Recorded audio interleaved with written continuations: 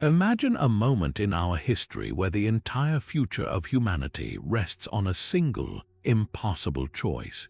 Picture the most powerful leaders on Earth gathered in one room, their faces illuminated by the eerie glow of a message not of this world. It begins with a sound like shattering glass, a crystalline transmission that cuts through the silence, and a voice cold, precise, utterly alien, declares that we are flawed. Chaotic, illogical, and then comes the ultimatum: prove our worth in their arena of reason or be erased into their version of perfection. This isn't a scene from a movie, this is the precipice our species stood upon. And what did humanity do when faced with extinction? We sent a rock band. You're about to witness one of the most audacious, brilliant, and downright human stories ever told. A tale where the fate of our world didn't hinge on diplomats or soldiers, but on amplifiers, drum kits, and the raw, untamed power of music. This is the story of the challenge of order, a cosmic test that forced us to confront what it truly means to be human. And as we dive into this journey, you'll see how sometimes the most logical response to cold, hard logic is a screaming guitar solo. There's something profoundly stirring about the idea that in our darkest hour, we didn't choose to surrender our chaos. We embraced it, we amped it up. This video is your front row ticket to that moment, to the tension, the creativity, and the sheer defiance that defined humanity's answer to the stars. You'll feel the weight of that decision, the pulse of the music that became our weapon, and the breathtaking ripple effects it had across the galaxy. So lean in and let's explore together how a rock band didn't just save the world, they remade it. Silence fell like a hammer after the transmission ended. The grandiose chamber, built to host the most critical summits on Earth, was now a tomb for hope. For a full 10 seconds, no one moved, no one breathed as the weight of that alien pronouncement settled over them. Then the room erupted into a chorus of pure, undiluted panic.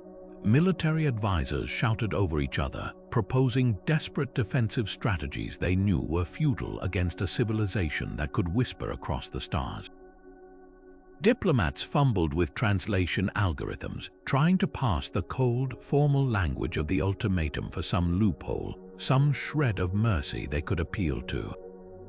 The air grew thick with the scent of fear and the chilling realization that all of human history, every triumph and tragedy, might be rendered obsolete by a single, dispassionate judgment from the void.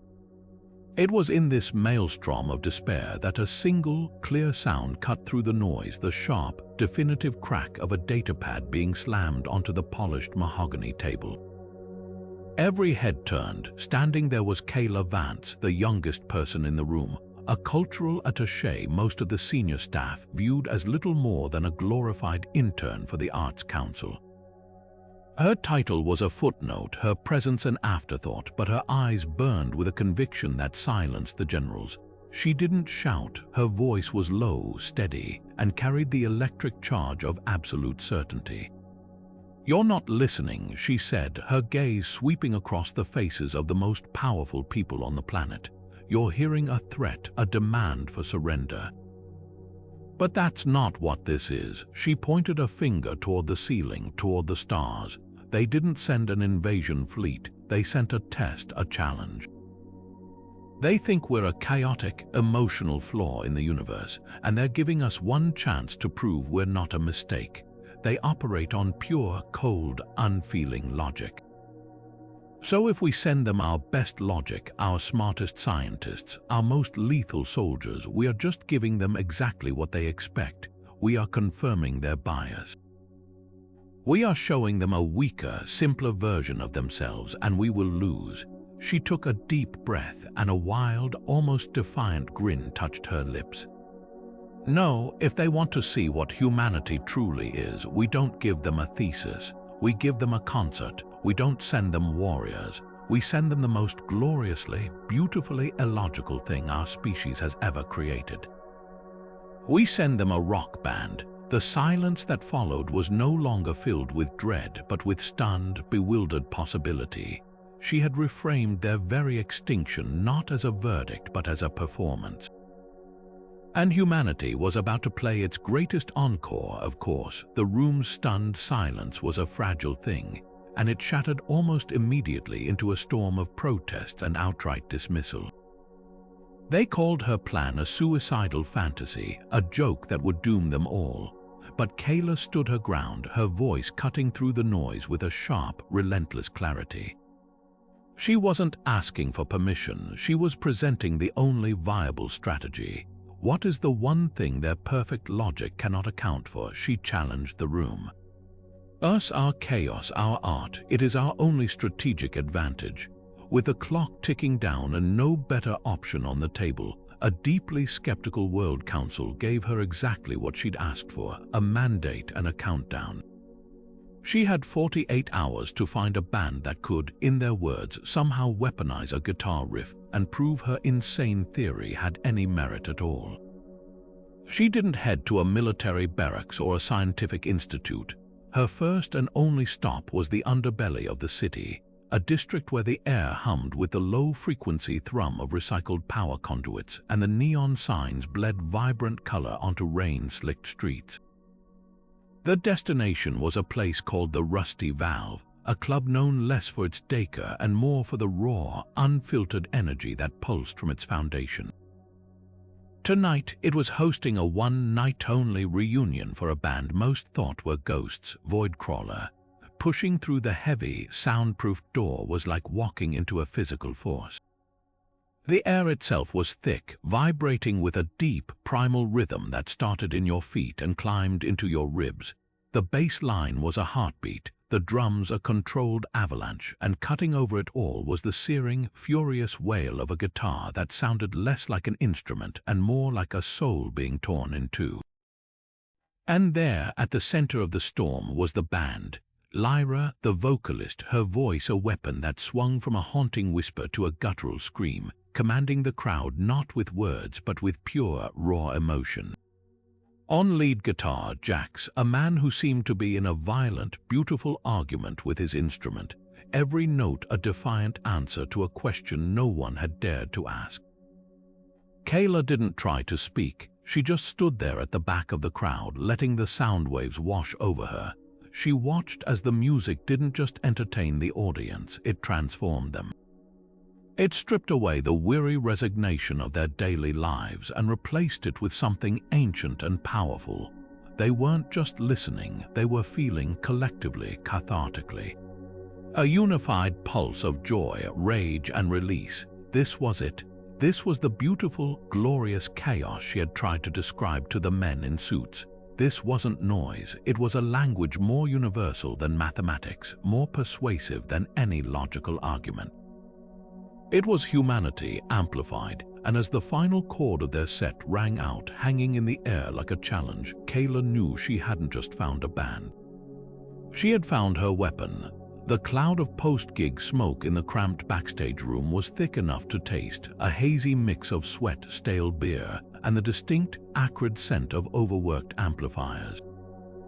It was in this sanctuary of controlled chaos that Kayla found the epicenter of the storm she just witnessed on stage. Leaning against a wall covered in peeling band stickers and faded scrawls of graffiti was Kalen Rift Marlowe, the band's lead guitarist. He was methodically wiping down the neck of his guitar with a reverence that bordered on ritual, not even looking up as she entered. When she finally spoke, laying out the cosmic ultimatum with a diplomat's clarity, he didn't react with shock or awe. He just let out a short, derisive laugh that was swallowed by the damp air. He finally glanced up, his eyes sharp and assessing behind the smoke.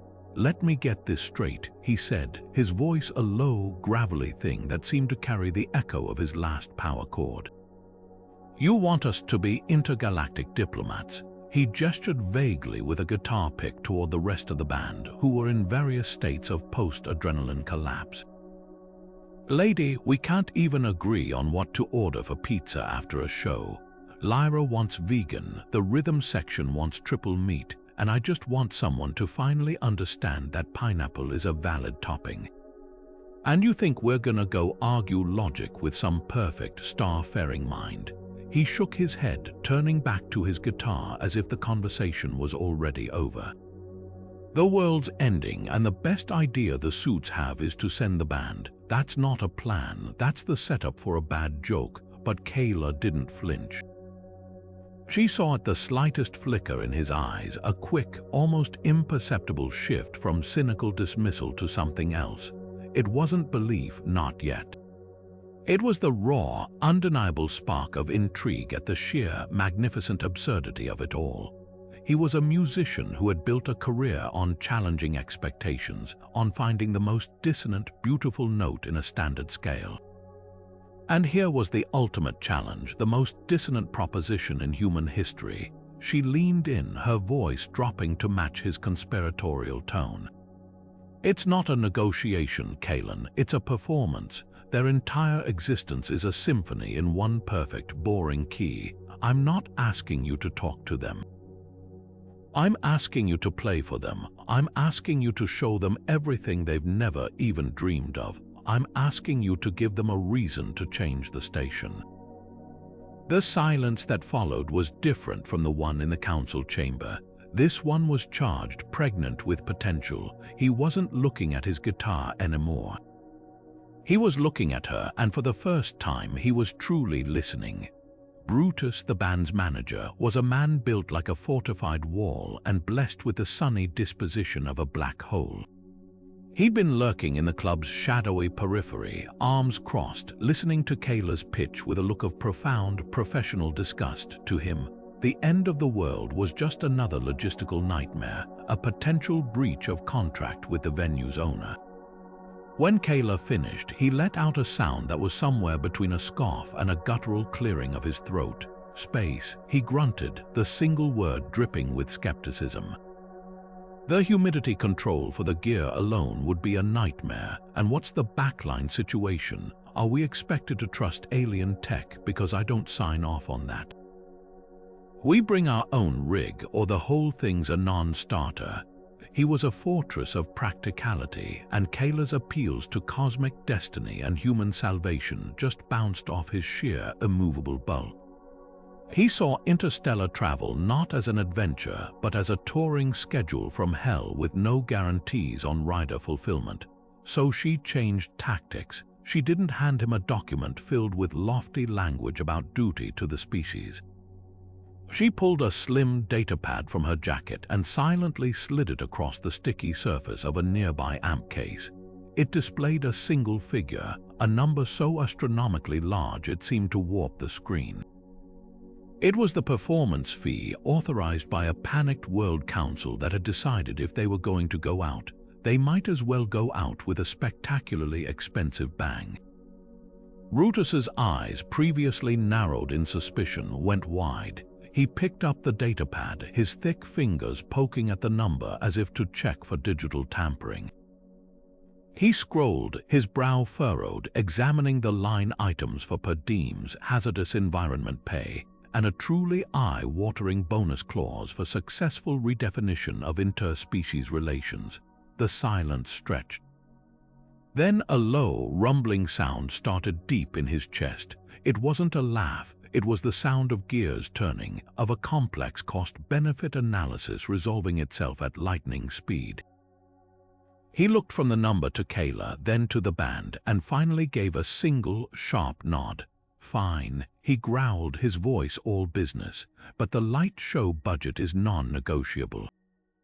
And we're not taking some glorified diplomatic shuttle. We need room for the gear. With that, he was a man transformed. The cynic was gone, replaced by the most formidable stage manager in the galaxy. He was already barking into his comms, his voice a whip crack of authority. Jenkins, get the warehouse crew on the line. We need the roadie prepped and flight ready in 12 hours. Yes, the roadie, and tell them to double-check the containment seals on the pyro locker. The last thing we need is a depressurization event with live explosives.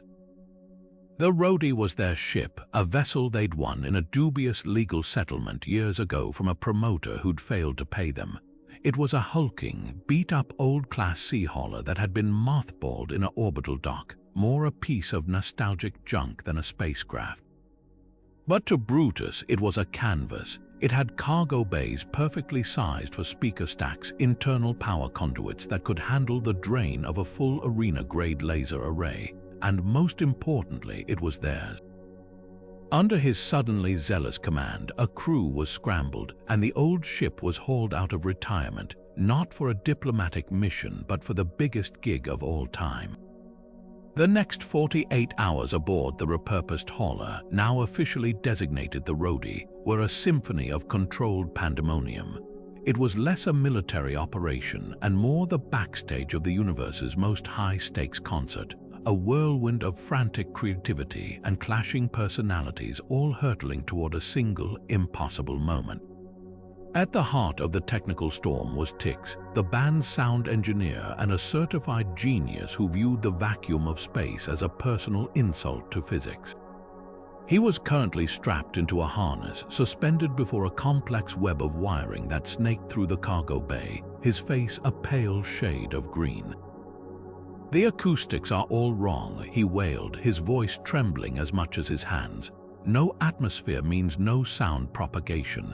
It's a fundamental betrayal of waveform physics." He'd be mid-rant about phase cancellation in a vacuum, then suddenly clutch the nearest bulkhead, close his eyes, and take a series of sharp, shallow breaths, muttering affirmations about gravity being a social construct. Yet, between these bouts of sheer terror, his hands would move with an inhuman precision, recalibrating the zero-gravity speaker arrays he designed to use the ship's own hull as a resonance chamber, turning the entire vessel into one giant directional speaker aimed at the heart of the alien arena. Meanwhile, in a converted storage bay that now served as a practice room, the rhythmic foundation of their audacious plan was being forged. Drummer Jax, a man of few words and immense physical power, had strapped his kit into a reinforced frame bolted directly to the deck. He wasn't just practicing, he was conducting a series of brutal impact tests. Each thunderous blast beat wasn't just measured for tempo, but for its raw physical force, with sensors tracking the vibrational energy pulsing through the ship's superstructure. Crew members would pause in their work, feeling the deep, rhythmic thrum in their teeth, a sensation more felt than heard. Jax had a simple, terrifying theory. If the arena of reason was built by a species of pure logic, its architecture would be perfect, its materials dense and unyielding. His goal was to find a frequency, a rhythm so primal and powerful that it wouldn't just be heard, it would be felt. He wanted his drums to resonate with the same immutable certainty as an asteroid's density, to play a beat that was less music and more a fundamental force of nature. And then there was Zora, the bassist, whose quiet intensity was a stark contrast to the surrounding bedlam. While others shouted and scrambled, she sat in a corner of the medbay she'd unofficially commandeered, her instrument laid out like a patient on an operating table. Surrounding her were not musical tools, but borrowed pieces of geological and metallurgical scanners from the ship's original mining survey equipment. Her focus was absolute. The alien transmission, that crystalline, shattering voice, had given her a blueprint. She was meticulously modifying her pickups and amplifiers, not to produce a richer tone, but to isolate and amplify a single, devastating subharmonic frequency. Her aim was surgical, almost predatory. She theorized that if their judge was a being of crystalline structure or communicated through harmonic resonance, then the right note, played with enough focused power, wouldn't just be sound. It would be a shockwave. It would be a key finding the exact lock it was designed to break. She was not preparing to play a song for them. She was building a sonic scalpel, a note of pure, targeted chaos designed to shatter crystal and just maybe shatter a perfect, logical mind. The Rhodey tore its way through the shimmering unreality of the hyperspace lane, a battered old workhorse screaming towards a destination of pure, polished perfection. Inside, the air wasn't just thick with sound, it was a solid, physical presence. The ship itself had become an instrument, its very hull and superstructure resonating with the brutal, beautiful noise the crew was conjuring. It was a sound check from a place beyond hell, a final rehearsal for the performance that would decide everything, and the universe was already feeling it. In the strange, compressed physics of the travel lane, their sonic fury didn't just dissipate into the void, it propagated. The ship's external sensors, designed to warn of debris collisions, began to ping with a frantic, confused rhythm.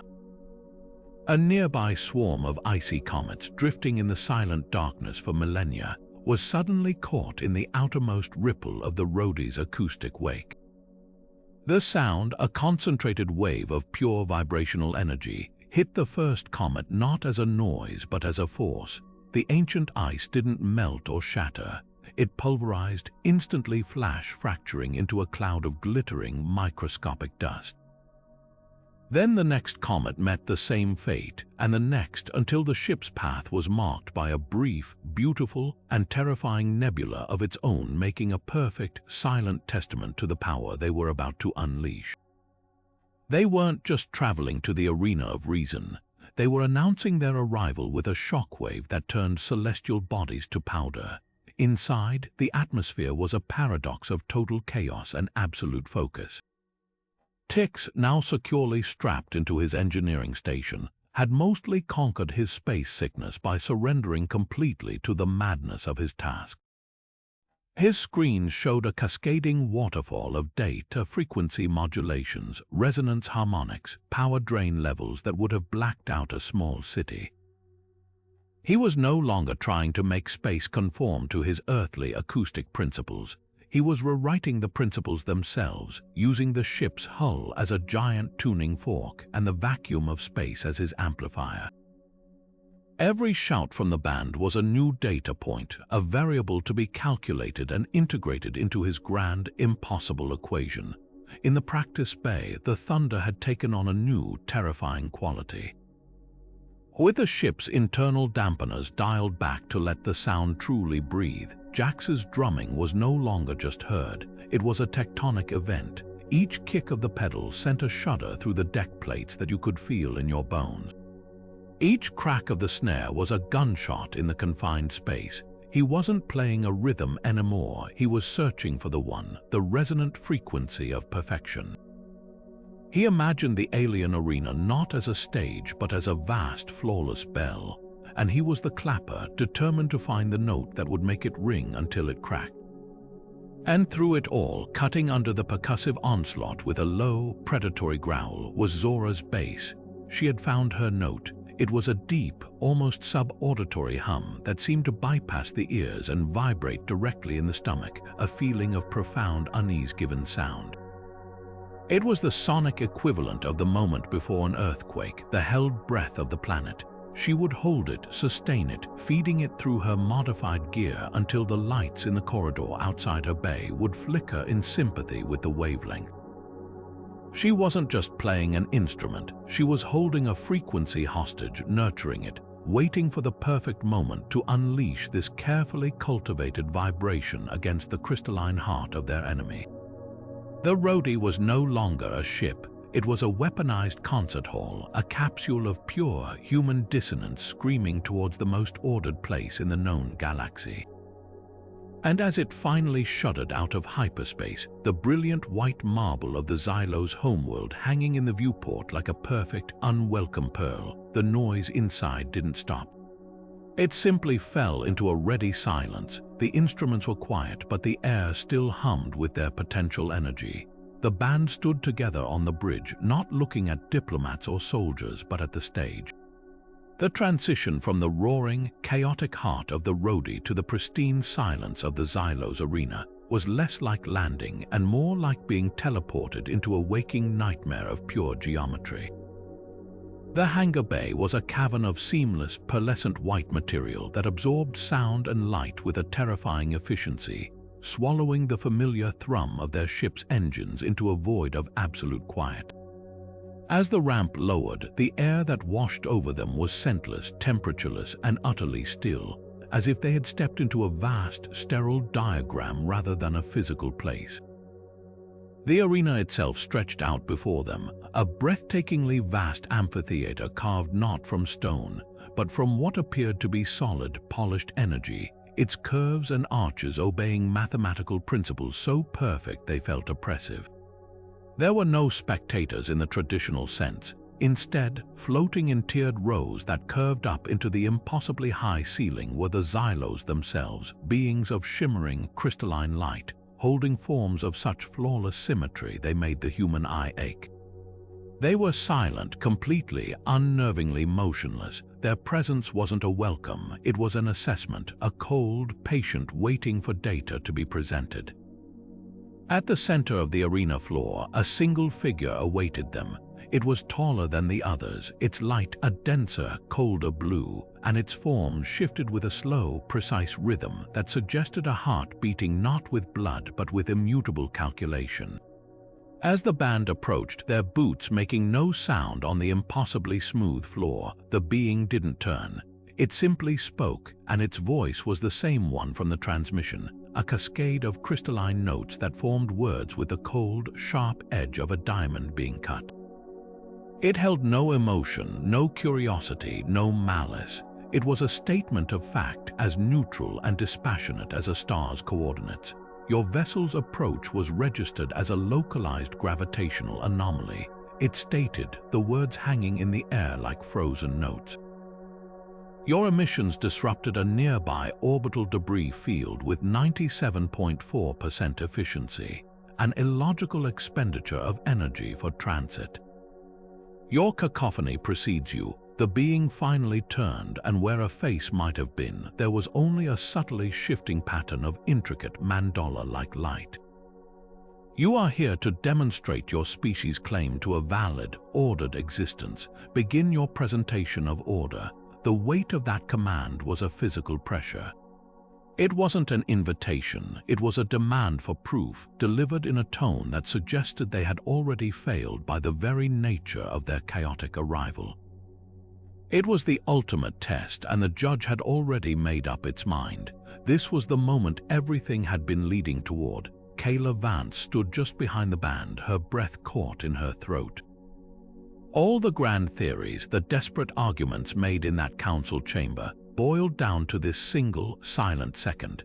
They had one chance, one opportunity to translate the beautiful, screaming chaos of the human soul into a language these beings of pure logic could not just hear but could be made to feel. The fate of humanity didn't rest on a negotiation. It rested on the first note. Kaylan's smirk was a flash of pure, unadulterated defiance in that sea of oppressive light. He snatched the microphone from its stand with a gesture that was less a movement and more a declaration of war. He didn't address the floating crystalline judge. He spoke past it to the idea it represented, his voice a low, gritty thing that shredded the perfect silence. "You asked for our best," he said, the words dripping with a casual, almost bored sarcasm. "Okay, this is a little number we wrote just for you. It's called Breach in the System." The silence that followed was absolute, a void waiting to be filled, and then Jax filled it. He didn't just start the song, he detonated it. His opening drum hit wasn't a sound, it was a concussive blast, a physical shockwave that erupted from the stage and slammed into the arena. The single, monstrous beat from his kick drum was so immense, so perfectly tuned to the resonant frequency of the impossibly hard floor, that the pristine, pearlescent surface didn't just crack. It sundered. A jagged, lightning bolt fracture shot out from the base of his drum riser, racing across the flawless geometry of the arena floor with the violent speed of a living thing. A collective, silent shudder seemed to pass through the floating Xylos audience, their steady, crystalline light flickering for a microsecond in unison, like a citywide power dip. Before the echo of that first earth-shattering note could even begin to fade, Zora unleashed the beast she had been nurturing. Her fingers found the string and she played the note. It was the subsonic hum from the ship given terrifying, focused form. It wasn't heard so much as felt, a deep, visceral vibration that bypassed the ears and seized the chest cavity, a pressure that made the air itself feel thick and heavy. It was a frequency designed for one purpose: to find the perfect, rigid structure of a crystal and make it sing until it screamed, and it found its target. The towering judge, the arbiter of order, flinched. It was a minute, almost imperceptible twitch, a slight shimmer in its core light, but in a being of absolute stillness, it was as shocking as a scream. For the first time, its flawless mathematical form had registered a disruption. It had felt something it could not calculate, and then Lyra stepped to the edge of the fractured stage and she opened her mouth. What came out was not a melody. It was a raw, unfiltered transmission of the human soul. Her voice swung from a haunting, ethereal whisper that seemed to tell the story of every lonely night on Earth to a guttural, rage-filled scream that channeled the fury of every injustice, every struggle, every defiant breath ever taken. She wasn't singing words, she was weaponizing emotion. Each note was a different color of feeling, joy, despair, love, rage, fired into the antiseptic air like cannon shots of pure, beautiful chaos. The Xylos, who communicated in precise, crystalline harmonics, were being bombarded with a sonic storm of everything they had deemed illogical: passion, pain, and the glorious, unpredictable mess of being alive. Their forms began to flicker erratically, their perfect synchronicity broken as each being processed the torrent of raw data in its own way, their collective unity shattered by the overwhelming, individualized impact of feeling. Kalen watched it all unfold from behind his guitar, a wild, feral grin spreading across his face. This was it. This was the beautiful, glorious breach. He raised his pick, and as Lyra's voice hit its zenith, he brought it down. The sound that erupted from his amplifier was the sound of the system breaking. It was a screaming, wailing torrent of feedback and fury, a cascade of notes that deliberately violated every rule of harmony, every law of music theory. It was chaos-given sound, and he directed it like a laser, not at the audience, but at the spreading crack in the floor, pouring every ounce of amplified rebellion into the fault line they had created. The fracture glowed with a sudden, angry red light, spider webbing further, deepening, as if the very foundation of their perfect arena was now screaming along with him. The performance had become an argument, and humanity was winning it not with reason but with a righteous, roaring noise. The Xylos Collective didn't just hear the music, they were infected by it. As one unified entity, the floating crystalline beings recoiled, their perfect synchronicity dissolving into a frantic, shimmering chaos. Their forms, once steady beacons of pure light, now flickered and pulsed with jagged, discordant patterns, a visual representation of a system crashing. A silent, panicked communication flashed between them in strobing bursts of color too rapid for the human eye to fully comprehend. But the translation feed in Kayla's earpiece spat out the terrified, fragmented meaning. Anomaly, this vibration, it introduces uncontrolled variables into the foundational matrix. It is error, it is a pain. Cease this transmission immediately. The command was not a request, it was a systemic plea for the return of blessed, predictable silence. But for the band on stage, that plea was the single greatest review they had ever received. They didn't stop, they didn't even consider it. The desperate, shimmering panic of their audience was pure rocket fuel. Lyra threw her head back, and her voice, which had been a weapon, became a force of nature. She poured every ounce of human contradiction into her next phrase, a sound that was both a heart-breaking and a spirit-soaring. A paradox made audible that made the Xylos light strobe erratically between hot red and cold blue, unable to categorize the sensation. Jack saw the crack spreading from his drum riser and doubled down, his arms becoming a blur of controlled violence. He wasn't just keeping time anymore, he was dictating a new, chaotic rhythm to the universe, each thunderous beat widening the fracture, sending new spider webs of imperfection racing through the flawless marble. He played not to the judge, but to the fault line itself, a drummer communing with the planet's new, angry heartbeat. And Kalen, his feral grin now a permanent fixture, answered the Xylos' command with the only language that mattered. He twisted the tuning peg on his guitar a fraction, seeking an even more dissonant harmonic, and unleashed a wave of feedback that was the audio equivalent of a middle finger carved into reality itself. The sound screeched across the arena, and a large, perfect floating platform of white stone simply shuddered and dissolved into a fine, glowing dust. The error wasn't a mistake, it was their masterpiece. They were not playing music, they were conducting a symphony of beautiful, glorious system failure, and the Xylos Collective were unwilling, overwhelmed participants in the collapse of their own perfect world. Zora watched the chaos unfold through the shimmering heat of her amp stacks, a quiet predator whose moment had finally arrived. While Lyra's voice shredded the air and Kaelin's guitar screamed its defiance, her role was different. Deeper, her fingers moved with a slow, deliberate purpose, finding the exact place on the thick neck of her bass she had marked for this moment. She wasn't playing a riff, she was initiating a sequence. The note she played was so low it existed more as a pressure wave than a sound, a deep, subsonic hum that seemed to suck the air from the arena before pushing it back out with the force of a tidal surge. This was the frequency she had isolated from their crystalline transmission, the foundational harmonic of their telepathic network. To the human ear, it was a felt vibration, a rumble in the chest that spoke of impending earthquakes. To the Xylos, it was a catastrophic system error injected directly into their core programming. The effect was instantaneous and devastating. The floating beings who moments before had been flickering in individual panic now seized up as one. Their flawless, synchronized formations, which moved with the beautiful, terrifying precision of a starling murmuration, shattered into a stuttering, glitching mess. It was as if the conductor of their silent symphony had been violently shoved from the podium. Where there had been unified, flowing patterns of light, now there was only dissonant, jarring movement.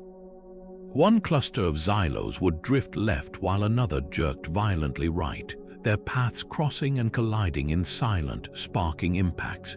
Their internal network, a telepathic web of pure logic and instantaneous data sharing, was under a brutal denial of service attack from a wavelength of pure emotion.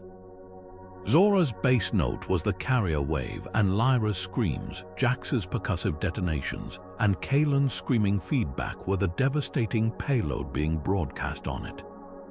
The Xylos weren't just hearing human music, they were feeling human consciousness, raw and unfiltered, every spike of anger, every swell of joy, every ache of sadness flooding their pristine network at once, overloading every crystalline synapse.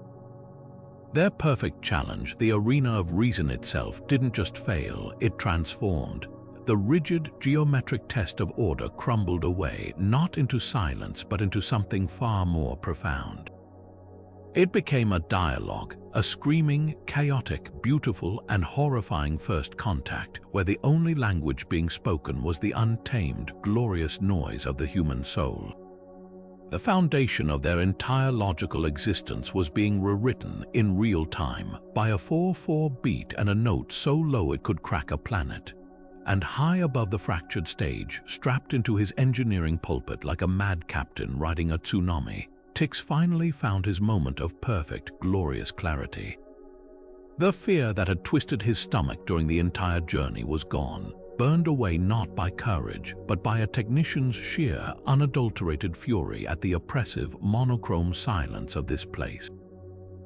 They had speakers that could turn comets to dust, but the Xylos had built a reality that muted them. It was a professional insult he could not abide. His hands flew across the console, not with the jittery anxiety of before, but with the violent precision of a concert pianist playing a requiem.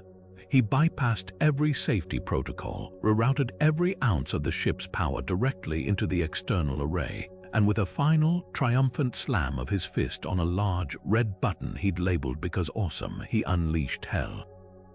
It began not as light, but as a physical force, a thrumming, multicolored shockwave that erupted from the sides of the roadie. The pure white canvas of the arena was instantly violated by a screaming, swirling vortex of impossible color. These weren't gentle hues, they were fractals of insane, violent light, patterns that defied geometry and logic, blooming and dissolving in nanoseconds. A searing electric magenta clawed its way across the pristine ceiling. A torrent of solar flare orange erupted from the stage, momentarily drowning the crystalline beings in its fiery glow. Deep nebula purples and impossible greens collided and swirled, their movements chaotic, unpredictable, and alive. It was a visual representation of the music itself, a synesthetic explosion of pure, unadulterated chaos projected onto a world that had only ever known the bland, static perfection of a single shade. And as this torrent of color washed over them, the Xylos didn't just flicker. They recoiled as if physically struck, their crystalline forms desperately trying to process the overwhelming, illogical data stream of rainbows. Tix, his face illuminated by the raging storm of his own creation, threw his head back and screamed into the calms, his voice raw with a joy that bordered on madness, the words echoing through the ship and into the arena below. "Eat rainbow, you boring bastards." It wasn't a taunt. It was a declaration of war from the artist against the accountant, from the beautiful mess of creation against the sterile void of pure order. He was painting with the entire electromagnetic spectrum on a canvas of perfection, and his masterpiece was the beautiful, glorious defacement of everything the Xylos held sacred. The Overseer's form didn't just shimmer with anger, it crystallized into a violent, jagged spike of pure white light, a geometric scream of outrage. Its voice, when it came, was no longer the calm cascade of notes but a piercing, shattering shriek that clawed at the air. "This is not order, this is catastrophic system failure, this is madness, you have failed the challenge." The words weren't just a pronouncement, they were a verdict, a final, logical conclusion from a mind that could process the beautiful storm they had created only as a fatal error. But before the finality of that judgment could settle, Kalen was already moving.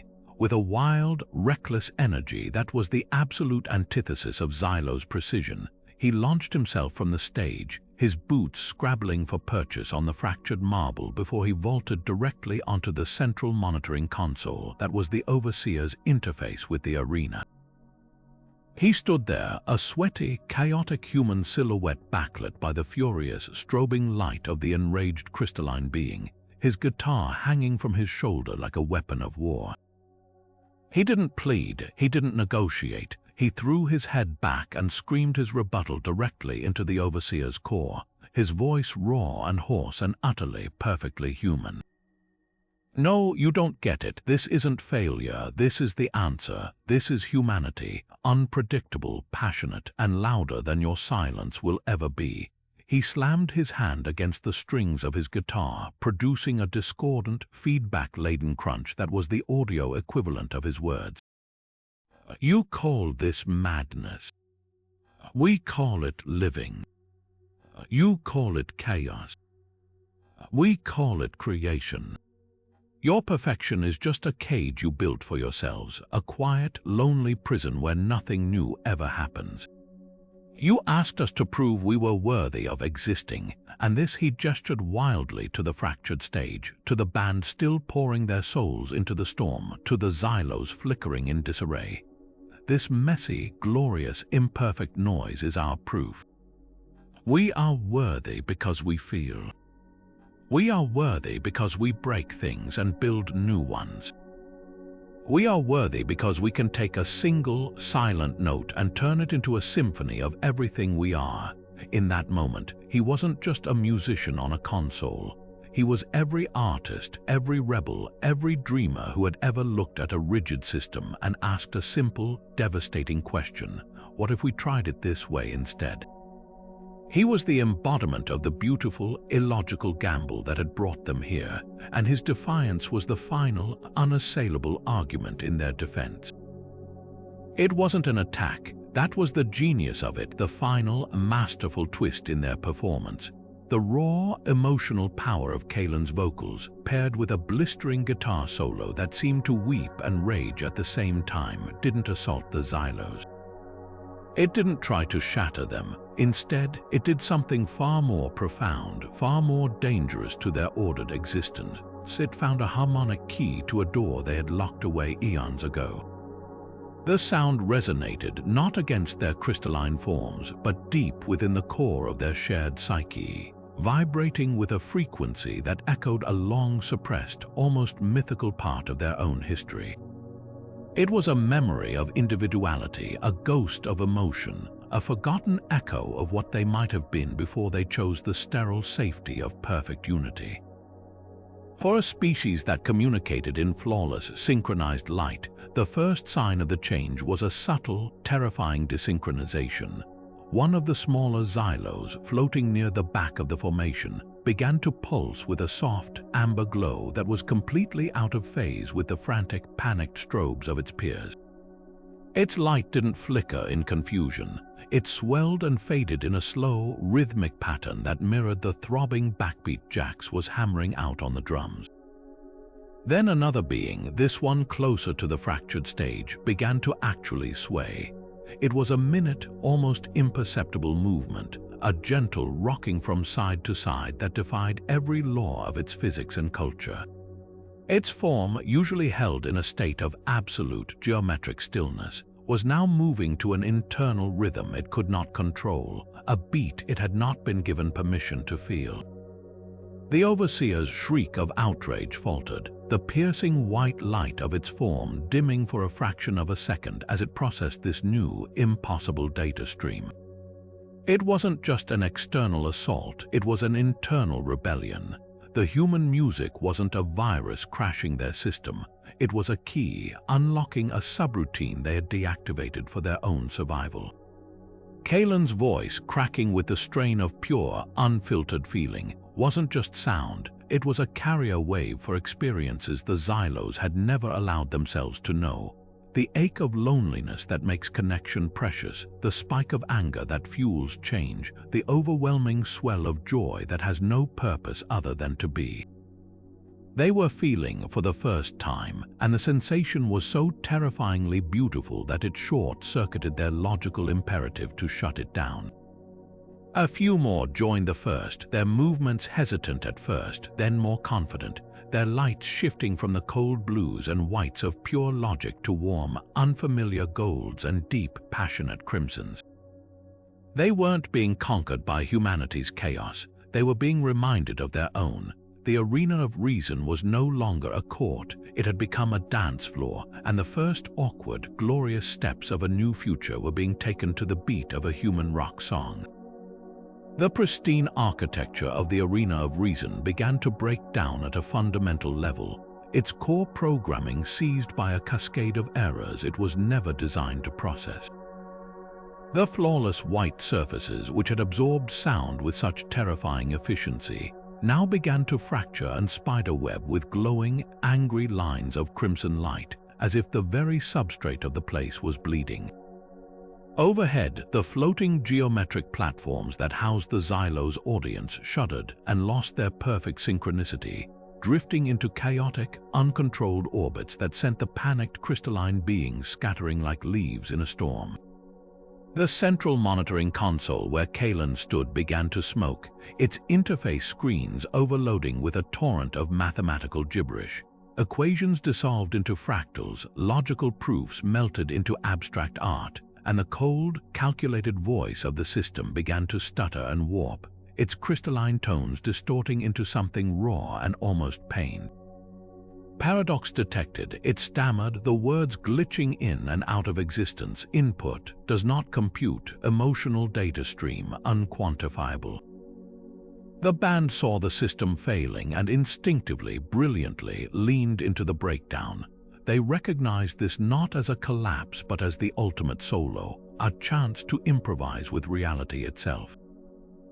Lyra's voice soared, holding a single, impossibly long note that seemed to contain the entire history of human longing, a sound so rich with contradictory emotion that it made the air itself shimmer with interference patterns.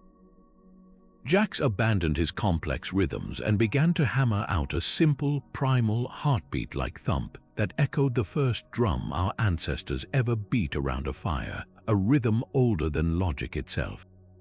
Zora locked her bass into a deep, droning harmonic that vibrated in sympathy with the cracking floor, turning the entire arena into the body of her instrument. And Kalen, his eyes wide with the sheer insanity of it all, slid his pick down the length of his guitar string, producing a shrieking, wailing feedback tone that was the sound of a system screaming in its death throes. High above, the final sensor arrays designed to measure precision, harmony, and order were bombarded with a data stream of pure, beautiful noise. They couldn't quantify the ache in Lyra's voice. They couldn't calculate the raw, physical power of Jax's beat. They couldn't analyze the emotional payload Zora had embedded in her subsonic frequency. One by one, they gave up. Panels of solid light exploded in showers of iridescent sparks. Holographic displays fizzled into static. The air filled with the ozone scent of burning circuitry and the triumphant, screaming chords of a rock band playing their home planet's greatest encore. From the wreckage of the central console, the system's voice returned one last time, no longer a pronouncement but a broken, awestruck whisper, struggling to form conclusions from the ruins of its own logic. Conclusion, it rasped, the word itself a struggle, illogical. There was a long, static-filled pause, a silence that seemed to hold its breath alongside every human and Xylo in the ruined arena. And then, in a final, soft sigh of surrender that sounded almost like wonder, it finished. Yet accepted. In that moment, the impossible had happened. The perfect, unassailable logic of the Xylos had encountered the beautiful, chaotic, and defiantly illogical truth of humanity. And instead of rejecting it, the system had chosen to expand its very definition of reality to include it. The challenge was over, the arena was in ruins, and the verdict was not just a reprieve, it was a revolution. The leader of the Xylos Collective drifted forward, its movements no longer sharp and geometric but flowing, almost tentative. The harsh, judgmental white light of its form had softened into a gentle, ever-shifting aurora of colors, deep oceanic blues, warm sunset ambers, and vibrant nebula purples that pulsed in time with the fading echo of the last power chord. Its voice, when it spoke, was no longer a shattering crystal cascade, but a chorus of soft, harmonizing chimes that carried a tone of profound, humbled awe. We sought to eliminate chaos, it began, the words resonating with the ghost of its former certainty. We saw it only as the source of error, a flaw in the great equation of existence to be corrected, a variable to be solved for and removed. For millennia, our pursuit was purity, silence, a perfect static state where nothing could go wrong because nothing could change. The admission hung in the air, a confession from a god that had just discovered it was mortal. It paused, its light dimming slightly as if in remembrance of that lonely, silent eternity. You have shown us, it continued, the chimes in its voice trembling with the weight of the revelation, that the very chaos we sought to erase is also the source of creation. It is the raw material from which new things are born. Your music was not a malfunction. It was a becoming, a data stream of becoming. It was pain given sound, and joy given light, and anger given rhythm, and all of it together created something we had never before witnessed. Something new.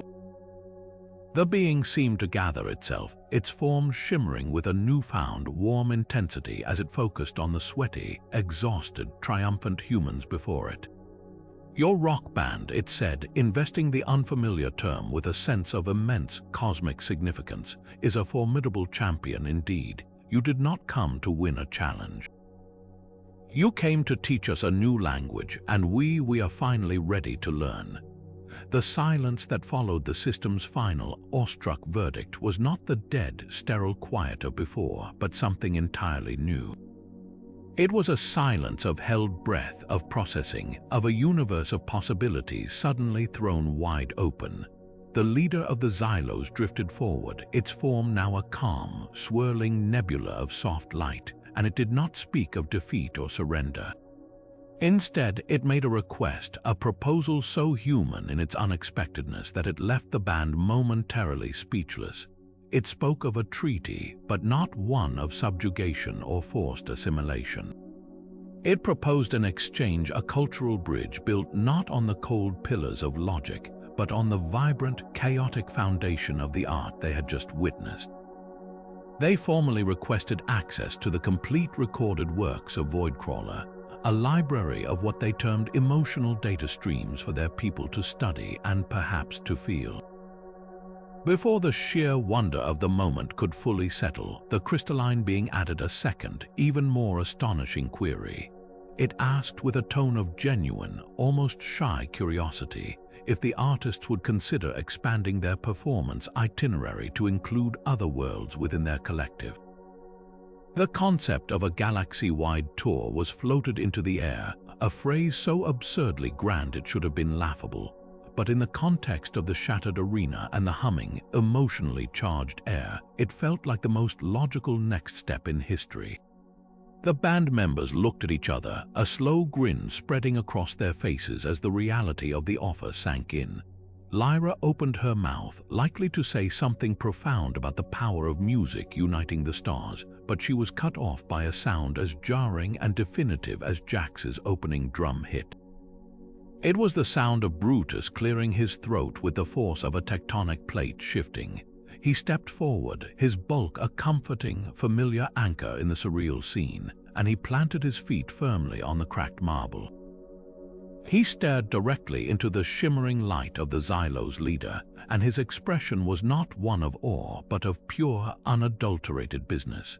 Merchandising, he stated, the single word landing with the weight of a contractual clause.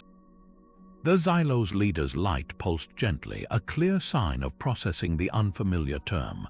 Brutus didn't wait for a query. The tour is a fascinating proposition.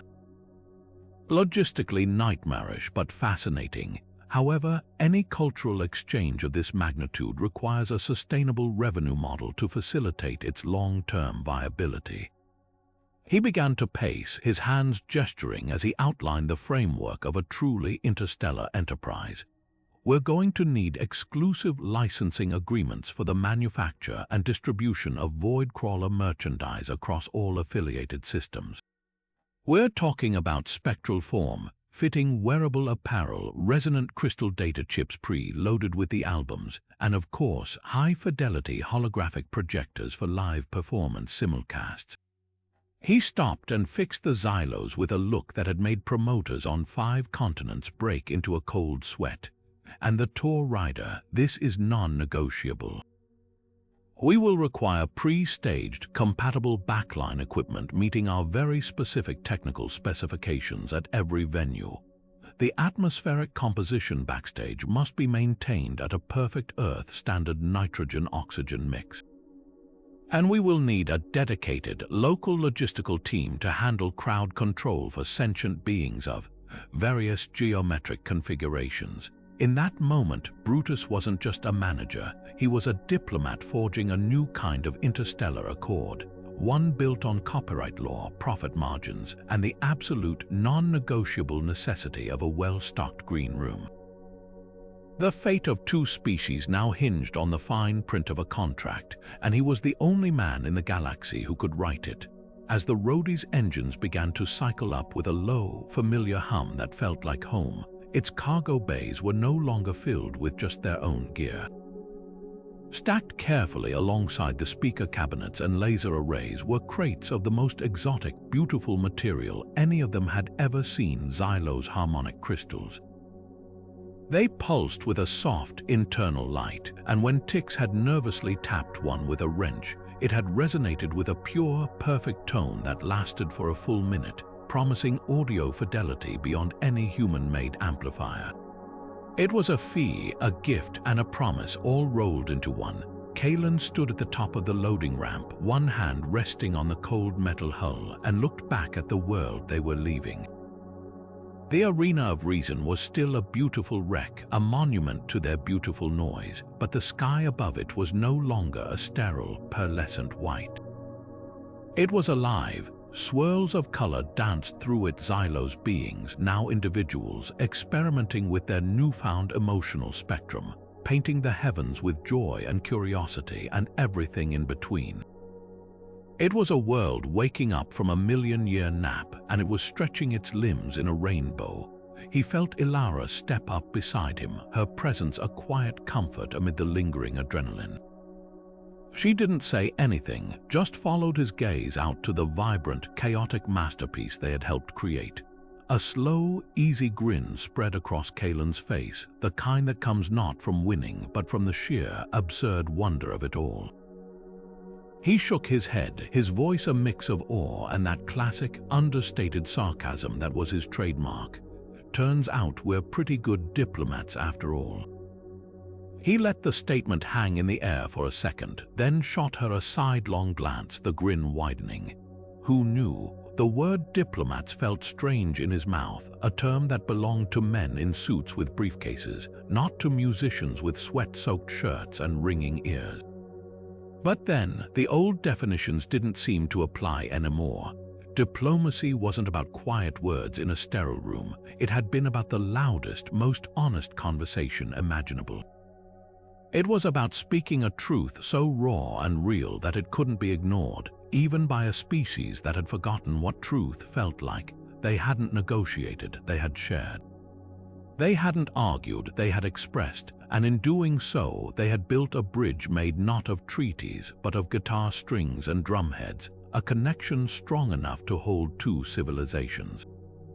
Elara didn't answer with words. She just smiled, a real, deep smile that reached her eyes and nodded out at the technicolor sky. That was the real answer. Their success wasn't measured in signatures on a document or terms of a treaty. It was painted across the heavens in the joyful, chaotic, beautifully illogical light of a species learning to feel. They were the worst diplomats in history, and they were the best because they had finally proven that sometimes the most powerful language in the universe doesn't need words at all. It just needs to be played at the right volume. News of what happened at the Arena of Reason didn't trickle back to Earth, it detonated. It wasn't a standard diplomatic communique or a dry military report that arrived.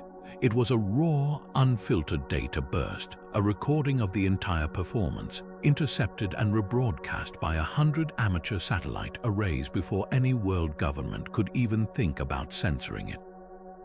For the first few hours, the footage seemed like an elaborate, unbelievable hoax.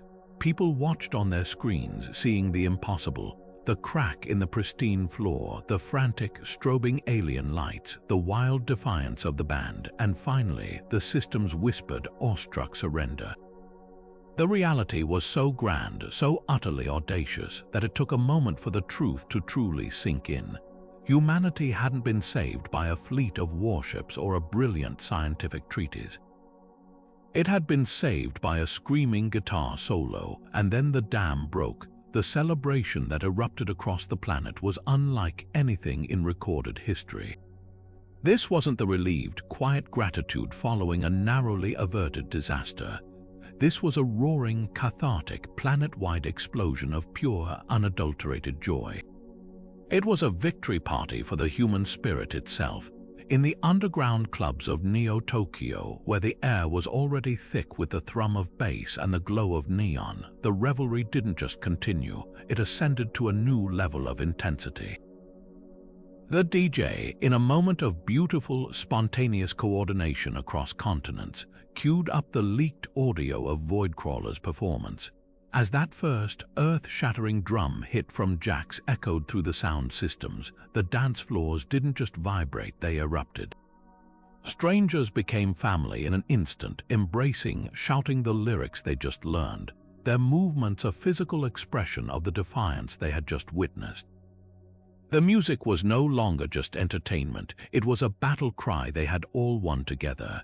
In massive, open-air concert halls from Berlin to Buenos Aires, giant holographic projections of the band flickered to life above the crowds, playing in sync with the live recordings. Tens of thousands of voices rose as one, singing along to lyrics that were half remembered and half invented, their voices raw with emotion. It was a chorus of millions, a global campfire celebrating the fact that they got to keep their fire. People held up lighters and screens not for an encore, but in a silent, unified salute to the four people who had stood on an alien stage and reminded them what it meant to be gloriously, messily human. But the most profound celebrations happened in the quiet corners, away from the main crowds. In a dusty garage in suburban Melbourne, a teenager who had been told her guitar playing was too loud and too angry plugged in her amplifier, turned it up to 10, and let a furious, joyous power chord ring out into the night, a tiny, personal echo of the chord that had cracked a perfect arena. In a small apartment in Mumbai, an old man who had lived through 3 wars and countless periods of quiet despair simply sat by his window, a single tear tracing a path down his wrinkled cheek as the sounds of distant cheering and music filtered up from the streets below. He wasn't crying out of sadness, but out of a profound, overwhelming pride. For the first time in a very long time, the noise outside his window wasn't the sound of conflict or fear. It was the sound of his species in all its chaotic, beautiful imperfection, celebrating itself. The music had become more than an anthem. It was a permission slip for a planet to finally, fully, unapologetically embrace its own defiant individuality. Back on the Xylos homeworld, the quiet hum of perfect order was replaced by a new, thrilling sound, the beautiful, awkward noise of a first attempt. In a cavern that once echoed with silent contemplation, a group of young Xylos had gathered. Their forms, which used to pulse in flawless synchronicity, now flickered with individual, excited energy. One of them, its light a determined shade of cobalt blue, was carefully manipulating a sliver of resonant crystal, trying to mimic the shape of a human guitar it had seen in the performance data stream. Another, glowing a soft, anxious yellow, tapped 2 pieces of smooth, hard mineral together, searching for a rhythm that felt right, not just mathematically perfect.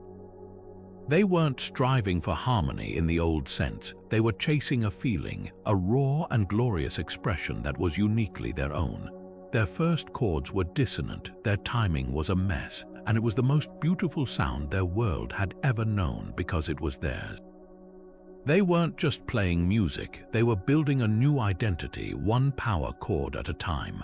Across the galaxy, the tools of diplomacy underwent a radical, unexpected transformation. Earth's human ambassadors, once armed with meticulously prepared briefs and complex treaty drafts, now arrived at negotiation tables with a new kind of weapon in their arsenal, the curated playlist. A tense standoff over mining rights in the Cygnus system, which had stalled for weeks over technicalities, suddenly found a breakthrough when the human diplomat, after a long and fruitless session, simply said, "I think we're missing the core of the issue. Let's try a different approach." She queued up a specific Voidcrawler track, not one of their aggressive anthems, but a deep cut, a haunting, melancholic ballad about loss and the hope for renewal. As Lyra's voice, filled with a raw, aching vulnerability, filled the sterile negotiation chamber, the rigid, crystalline forms of the Xylos delegates began to soften, their lights pulsing in a slow, sympathetic rhythm. They weren't being persuaded by logic, they were being connected to by shared emotion. The treaty was signed not because the terms were perfect, but because both sides finally felt the shared stakes. The playlist had become the most advanced diplomatic technology in known space because it translated the untranslatable. This new form of cross-cultural communication became so vital, so fundamental to interstellar relations, that it sparked an academic revolution back on Earth. Voidcrawler studies wasn't just an elective course for music majors, it became a required core subject in xenocultural programs at every major university. Lecture halls were packed with students not just from arts and humanities, but from physics, engineering, and political science, all trying to deconstruct the phenomenon. Professors didn't just analyze chord progressions and lyrics. They taught the physics of emotional resonance, the engineering behind Tix's zero-gravity speaker arrays, and the political theory of what became known as the sonic doctrine. The final exam wasn't a paper, it was a practical. Students were given a complex, simulated first contact scenario with a newly discovered species and were graded on their ability to assemble a playlist that could successfully communicate a specific human concept like fairness, curiosity, or grief without a single shared word. The band's performance had been elevated from a moment of desperate survival into a new language, a new field of study, and the foundational text for humanity's future among the stars. The victory lap was by every conceivable measure the greatest party the solar system had ever seen. It was decided that the official celebration, the one beamed to every screen on Earth and across the new Xylos communication networks, wouldn't be held in some stuffy council chamber. It would be held on the most iconic, visible stage imaginable, the Moon. A massive, transparent dome was erected in the Sea of Tranquility, and inside, under the stark, beautiful blackness of space and the breathtaking blue marble of Earth, humanity threw a concert for itself. The guest list was every person on the planet, and the headliners were, of course, Voidcrawler. The air inside the dome was electric, thrumming with the energy of a species reborn in its own image. And then the United Earth Council arrived. They filed onto a special viewing platform, their formal suits and dresses looking profoundly out of place amidst the laser arrays and speaker stacks. The head of the council, a man who had once called Kayla Vance's plan a suicidal fantasy, now held a small, velvet-lined case with a reverence usually reserved for religious relics. His speech was a masterclass in political backtracking, filled with phrases like visionary audacity and unconventional diplomacy, all carefully crafted to make it sound like sending a rock band to argue with aliens had been the council's brilliant idea all along. He opened the case. Inside, resting on a bed of deep blue silk, was the Stellar Cross of Valor, the highest civilian honor Earth could bestow. It was a beautiful, intricate piece of platinum and diamond, designed to catch the light from any angle. The council head held it aloft, his voice booming through the sound system as he prepared to bestow it upon the band for their immeasurable service to all of humanity. He looked expectantly at Jax, the band's de facto leader in these formal moments, waiting for him to step forward and accept the accolade with solemn grace. Jax did step forward. He took the glittering medal, holding it up to the lights to examine it. The entire dome held its breath, waiting for a profound, heartfelt speech of acceptance. Instead, Jax simply grunted, a sound of pure, practical appraisal. He turned it over in his massive hands, his drummer's fingers testing its weight and balance. He gave a short, sharp nod, as if he'd just found the solution to a tricky problem. Without a word, he walked back to his drum kit, where a roadie was already holding up a small power drill. With a few efficient whirs, Jax fastened the gleaming Stellar Cross of Valor to the top of his highest crash cymbal. He gave it an experimental tap. The resulting ping was a beautiful, high, shimmering note that cut through the air, a perfect, metallic counterpoint to the coming storm. He sat down, grabbed his sticks, looked out at the billions watching, and unleashed the first thunderous, triumphant beat of the set. With every explosive crash of that cymbal, the highest honor of a grateful planet flashed and sparkled, not as a medal on a uniform, but as the most expensive, most meaningful piece of percussion hardware in human history. It was the ultimate act of defiant translation. They had been given a symbol of old-world authority, and they had immediately, joyfully integrated it into their chaos. It wasn't disrespect, it was the highest form of respect they knew. They weren't dignitaries to be decorated, they were musicians, and their stage was now the moon, their audience the world, and their most prized possession was a new, really cool-sounding cymbal. The hum of the ship was different now. It wasn't the anxious, straining vibration of a vessel pushed to its limits, but the steady, contented thrum of a machine homebound, carrying a crew forever changed. In a quiet corner of the cargo bay, away from the others who were either sleeping or still quietly celebrating, Kalen sat with his guitar. The Stellar Cross symbol was back with Jax's kit, but its memory seemed to linger in the air, a symbol of the absurd, wonderful turn their lives had taken. He wasn't trying to sleep. A melody was chasing itself around in his head, a quiet, persistent thing that demanded attention. It started not as a riff or a lyric, but as a feeling, a deep, resonant ache of understanding for the species they had left behind. He thought of the Xylos, not in their state of panicked, flickering overload, but in the moments after, in that new, soft light of awakening.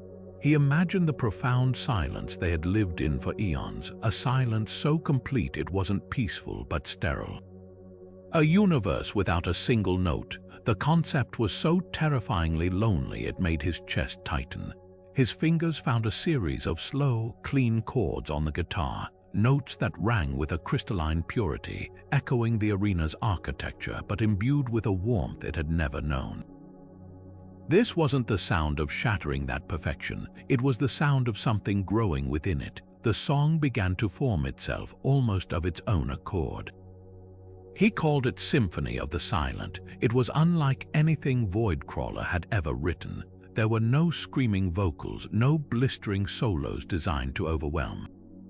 Instead, it built slowly, layer upon layer, like a dawn breaking over a world that had only ever known night.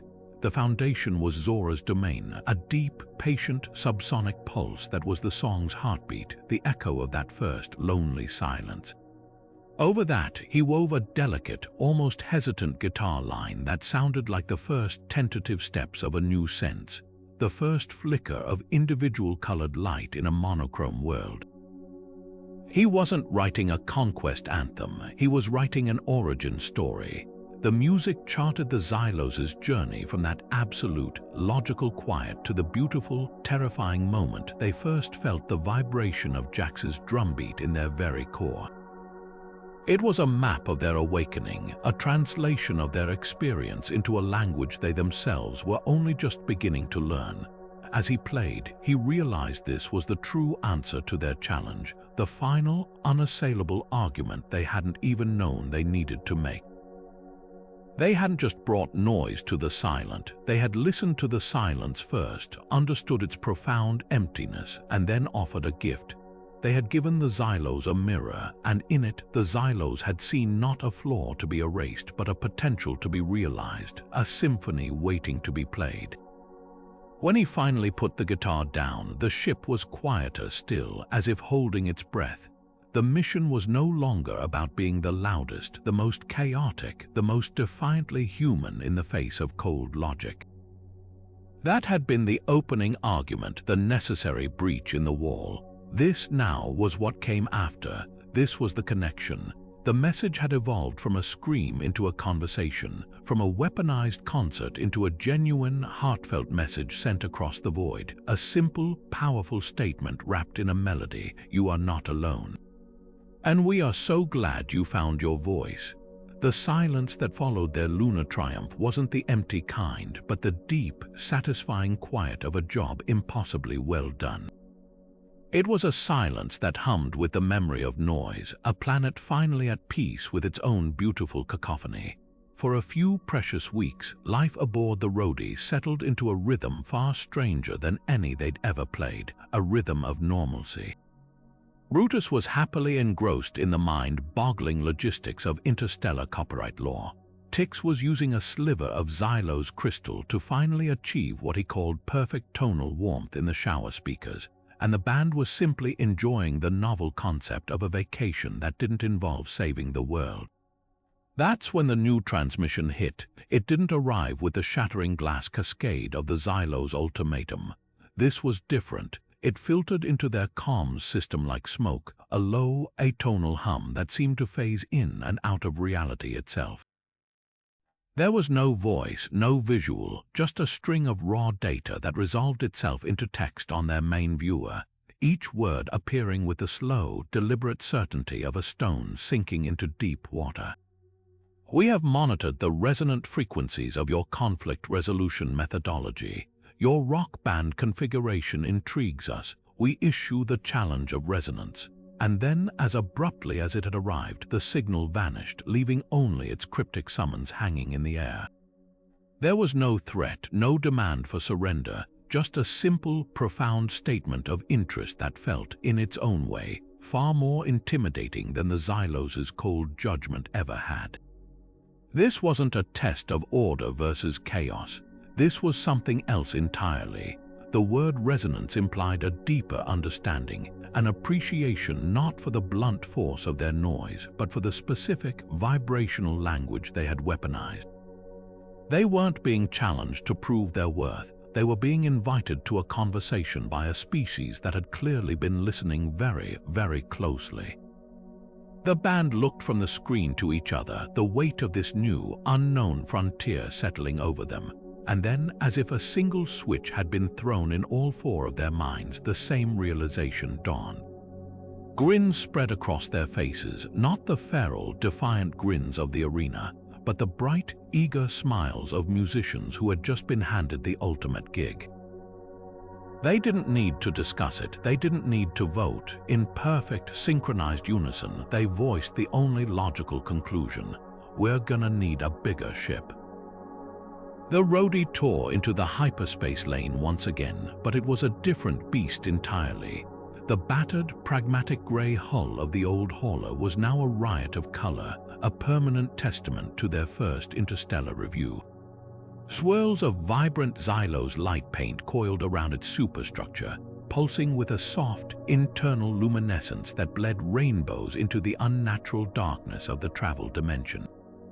It was no longer just a ship, it was a statement, a canvas of defiant joy screaming through the silent, empty places between stars, and from within its reinforced hold, a new sound was already bleeding through the hull, testing the very fabric of reality around it. It was the opening of Symphony of the Silent, but it was evolving even as it was born. Kalen's clean, crystalline guitar notes, designed to echo the Xylos' awakening, were now underpinned by a deeper, more primal growl from Zora's bass, a sound that spoke of ancient, patient things stirring in the deep void. Jax was experimenting, layering in complex polyrhythms that felt less like a heartbeat and more like the spinning of distant galaxies. They weren't just rehearsing, they were composing in real time, using the ship itself as their instrument and the unknown as their muse. The music was a declaration, yes, but not one of war. It was an invitation, a promise, a signal fire lit in the darkest ocean, saying we are here, and we are listening, and we are ready to play. This new journey lacked the frantic, desperate energy of their race to the arena. The fear was gone, replaced by a focused, electric curiosity. The band, once a collection of brilliant but fractured individuals, now moved with a silent, shared purpose. They'd gather in the common area, not to argue but to theorize. Tix, his space sickness a distant memory, had charts and sensor logs spread across the main table, his finger tracing the faint, residual energy signature of the new transmission. It's not a language, he'd mutter more to himself than anyone else. It's a vibration, a constant, like background radiation but structured. They're not talking at us. They're just humming, and they've been humming for a very, very long time. Lyra would listen, her eyes closed, absorbing Tix's technical data not as numbers but as emotional contours. "It's lonely," she said one day, her voice quiet. Everyone stopped to listen. The Xylos transmission was a command, cold, but it had intent. This is different. It's not asking for anything, it's just existing. It's the hum of a single, massive consciousness that's been alone for so long, it's forgotten there's anyone else who could hear it. Her insight reframed everything. The challenge of resonance wasn't an ultimatum. It was a cryogenically frozen sigh, a fossilized feeling waiting for the right frequency to bring it back to life. This understanding transformed their preparation. Their goal was no longer to win a challenge or defend their existence. It was to perform the most delicate, profound act of musical archaeology imaginable. Zora became a sonic cartographer, using her modified equipment to map the subtle harmonics within the constant hum, searching for fractures, for variations, for the faintest hint of a melody buried deep within the drone. Jax worked not on power, but on precision, crafting rhythms so subtle and complex they could mimic the orbital patterns of binary stars or the slow, tectonic drift of a dying world. Kalen's role shifted from frontman to first responder. His job was to listen, truly listen, and to find the perfect musical phrase that would say, "We hear you." Even Brutus was affected. The mercenary glint in his eye was still there, but it was tempered by a newfound, almost paternal protectiveness over the mission itself. His demands were no longer just about gear and money. He badgered Earth for the latest long-range cultural and psychological databases, insisting they needed to understand the potential audience's emotional baseline before drafting a rider. He was no longer just a manager, he was a curator for the most important concert in history. The bigger ship wasn't just about more space for amplifiers, though there were plenty of those. It was about creating a mobile studio, a laboratory, a sanctuary from which they could attempt the impossible, to answer a billion-year-old sigh with a song, and in doing so, remind a lonely god that it was not alone. The story closes not with the silence of conquest, but with something far more profound, the enduring echo of a power chord fading across the stars, a testament written not in treaties or territorial claims, but in vibration and verse. This final, lingering note is the true conclusion of humanity's greatest performance, a permanent reminder that our most formidable weapon was never found in an arsenal. It was always in our art, our raw, unvarnished passion, and our unshakable belief that some truths are too vast, too complex to be contained by logic alone. They must be felt, they must be played. Consider the sheer, breathtaking absurdity of it all. Faced with an ultimatum from a civilization so advanced they viewed our very existence as an error in the universe's code, we did not attempt to match their perfection. We did not try to become more like them. Instead, we chose to become more like us. We amplified our flaws, weaponized our chaos, and answered a cold, crystalline judgment with a roaring, bleeding heart guitar solo. This wasn't a rejection of reason, it was an expansion of it. We proved that logic, in its purest, most rigid form, is just one instrument in the orchestra of existence. It can map the stars, but it cannot write the song you hum while looking at them. It can calculate the exact frequency of a heartbeat, but it cannot explain why that heart beats faster at the sight of a sunset or the sound of a particular voice. What makes this story so powerful, so enduringly compelling, is that it's not really about aliens or interstellar diplomacy. It's a parable about the parts of ourselves we are so often told to quiet down in the name of order and productivity. It's about the daydreamer in math class, the kid practicing air guitar in his bedroom when he should be studying, the employee who doodles in the margins of a spreadsheet. For so long, we've treated these impulses as distractions, as illogical whimsies that pull us away from serious, important work. But what if they are the most important work? What if that creative spark, that urge to make something new and beautiful and wholly unnecessary, is the very thing that defines our value? The Xylos had achieved a perfect, silent, static state.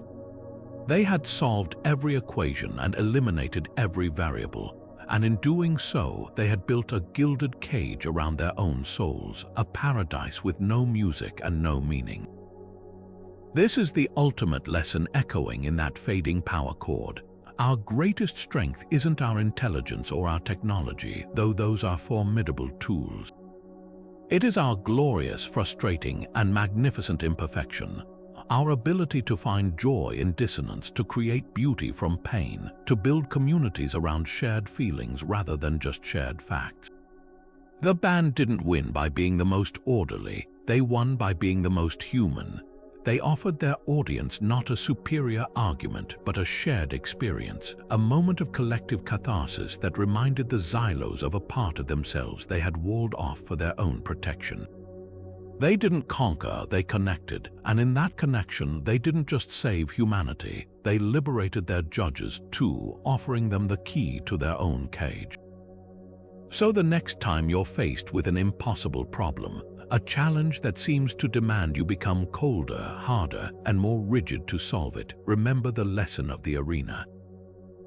Remember that sometimes the most logical response isn't to tighten your grip but to let go, to turn away from the spreadsheet and pick up the instrument.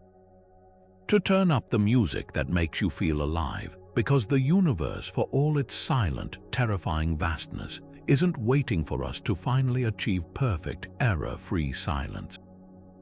It's waiting to hear what will play next, and as that final chord echoes into the infinite black, it carries with it a simple, defiant promise: humanity is just getting warmed up, and the best is yet to